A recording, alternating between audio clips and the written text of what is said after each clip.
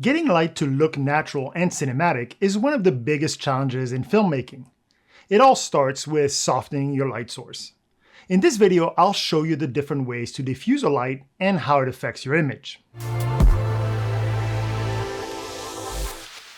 Harsh light is unflattering, creating strong defined shadows with hard lines between highlights and shadows, which can be distracting. By softening the light, you smooth those transitions, making the scene feel more natural and visually appealing. Soft light wraps around the subject, creating subtle gradients between lights and shadows, which is ideal for faces, product shots, or creating a gentle mood. Now let's compare the different level of diffusion and how they impact your lighting. Now I've exposed this shot for the window, so now I'll use the same light, an Amaran 200X, with different modifiers to light up the scene. My camera settings will stay the same. I'll just adjust the intensity of the light to expose the shot roughly to the same level using false color.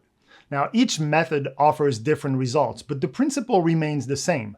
The best way to soften a light source is modifying it from a small concentrated source to a large diffuse source. So yes, the larger the better, and that's why you see those huge diffusers on movie sets. But this applies to all video projects, and you'll be surprised how much of a difference a small diffuser can make. So let's take a look. So this first shot is just the light without any modifier. I wouldn't use this light that way, but it's just to show you how harsh those shadows are, and we can find them a little bit everywhere. We'll look at those same areas when I replace the modifiers just to see the difference in shadows. Now those lights often come with an actual modifier like a cone to really concentrate the light, to focus the light. And it's a great tool to bring the intensity up, but it also makes things a lot harsher. And so this is the shot of the same light with the cone. And again, you can see how it just amplifies all those shadows. Now, the great thing about the cone is it takes a wide beam of light and kind of turn it into a straight beam. And so in this shot, we can see the difference, especially on the background, and how dark the background got because that light beam is focused directly onto our subject. So it's a great tool for that, to focus the beam of light so it doesn't spray too much all over the image. But again, it just creates some very harsh shadows. The first modifier I use is a parabolic softbox that I just put on the front of the Amaran. And you can already tell right away how much it smoothed those shadows, and it just creates this gradient between shadows and highlights, which make things look so much more appealing. And that's reflected throughout the whole image. All those shadows are gone. They're just transitioned as a gradient versus a hard line. But you can also tell how it's affecting the background as well. The beauty of a softbox is it contains the light source, preventing the light from spraying too far. And we can see here between those two images that with no modifiers, this light is bouncing off the ceiling and coming back down onto this chair, onto our background. And with the softbox is just preventing that. So those areas stays fairly dark because the light is not bleeding away from our subject. Most softbox also come with a grid, or what we call an egg crate, that's Velcroed, that you can Velcro on the front of your softbox. And what this does is it focuses the light so that it doesn't bleed out as much. And so here you can see the difference between our softbox on the right and our egg crate on the left. And most of the effect that you can see, now we can see a little bit of it on the shadows. The shadows are a little harsher with the egg crate because again, it focuses that beam, and so it makes the intensity a little higher. I try to adjust to make sure the levels were about the same, but at the end of the day, we do have a little bit of a harsher shadows on the egg crate side. But what it does, again, looking at the background, is it really focuses that beam and prevents light bleed to hit the ceiling and bounce off. And so all those elements on our scene stays pretty dark compared to the softbox. And so the egg crate is a great tool to use when you want to try to focus that beam to make sure it doesn't spill too far off. The next modifier that I use is a 42-inch pop-up one-stop diffuser. And I remove the softbox and put the diffuser in front of the light to see the difference between the softbox and the diffuser. And you can see here that our diffuser is a lot more smooth as far as the gradient compared to the softbox. It just kind of softened all of that to make it really nice and just a great smooth transition. And again, it will be reflected throughout the whole image on all those areas where we see or we saw big shadows without any modifiers. But it's better with the diffuser than with the softbox. Now, the downside of the diffuser is it doesn't contain the light. And so because it's just a flat surface with a gap between the lamp and the diffuser, the light is able to escape and go wider to hit the ceiling and again bounce back into our scene. And you can see here that this chair is much brighter than the one with the softbox. Same with the background over here. And so that's one of the downside of using a diffuser is your light is not contained. You can contain it by putting flags on top of it and around it. Is just a lot more of a setup. The next thing I did is combine the cone with the diffuser. This is a one-stop diffuser, which will cut the amount of light that goes through. And if you don't have a lamp hard enough or strong enough to raise those levels, you may have to use the cone to raise the intensity of that lamp if you don't have enough power.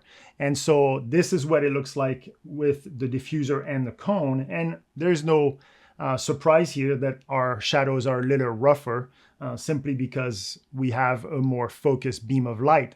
But what's interesting is then I move the diffuser away from the lamp closer to our subject, creating a wider, more of a distance between the lamp and the diffuser. And now our shadows are a lot more soft. And that's a great way to do it. The further away the diffuser is from the lamp, the beam is actually going to keep growing and growing, which diffuses the light, and then it goes through the diffuser and diffuses it again. And so that's a good way to soften the light. The further away you can put that modifier, that diffuser, the better it is. The only problem is because you're creating a gap between the lamp and the diffuser, it gives room for that light to just go everywhere. And in a setting like this, where you have a ceiling that's really close and walls around that are really close, and a white counter, that light is actually going to bounce everywhere and come back down a little bit everywhere, just because there's room for that light to escape between the lamp and the diffuser. On this next setup, I actually bounced the light off of a white bounce board. And instead of pointing the light directly at our subject, the light is actually pointing the other way and then bouncing back towards our subject with a whiteboard. The bounce board works great, and I like how smooth it makes those shadows. Now in this shot, it does show up a little bit more dominantly than from the diffuser perspective, but I think that's because of the angle. The angle of the shadows have changed, and so now we're seeing those shadows a little bit more than with the diffuser. And so I'm not sure that this is a great comparison as far as those particular shadows, just because they come from a different angle. I could have repositioned the bounce a little bit, try to reposition the light to try to match it a little bit better. What's interesting on this shot, which I did not expect, is there's a difference in color temperature.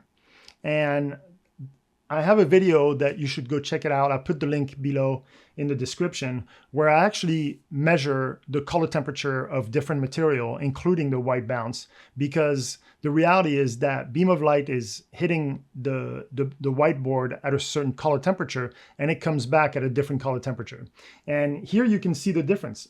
You can see that there's a little bit more red and a little bit more pink into the bounce than there is on the diffuser side. And so what I should have done here, and something to really keep in mind, is once you set up your bounce, you want to redo a white balance so that you actually measure from that particular light source. Now we always do a white balance based on the light source that we use, but here I switch basically light source from my normal light to then a bounce light, and I should have redone a white balance to hopefully match it better. But that was a surprise to that the whiteboard actually influenced the white balance as much as it did. So here I've put all four, the no modifier, the softbox, the diffuser, and the bounce side by side, so you can see the difference. For me, the diffuser and the bounce are what I enjoy the most as far as the look. Now I use the softbox all the time, but especially this test made me realize that my shadows are a little harsher by doing it that way versus using the diffuser or the bounce. And so I think in the future, I'm going to try to do the bounce and the diffuser a lot more often, depending on the setup, because it does take a little bit more room. And on my jobs, I think for the most part, I'm okay with the little bit of light spill going away from the lamp, from the diffuser, unless I'm really working in an environment where the ceiling or the floor are very shiny. I think I'm okay with a little bit of a spill. And on the bounce, it really depends on the setup. If I have enough room to set it up, the way I need to, especially based on the framing of the shot. And then the other thing to keep in mind using the bounce is how much light you're going to need, because you actually lose a lot of intensity by bouncing the light. And so, are you capable of are you able to raise the level the way you need to with the light that you have by bouncing it off a whiteboard versus shining your light straight onto your subject. But lighting is an art, and softening your light is just one of the best way to elevate the work. So whether you're shooting an intimate interview or crafting a dramatic scene, understanding these principles hopefully will help you tell a better visual story. So thank you so much for watching. I really appreciate your time. And as a token of my appreciation, I'd like to offer you my free camera setting cheat sheet. So just follow the link below and download your free cheat sheet. Thanks again, and happy filming.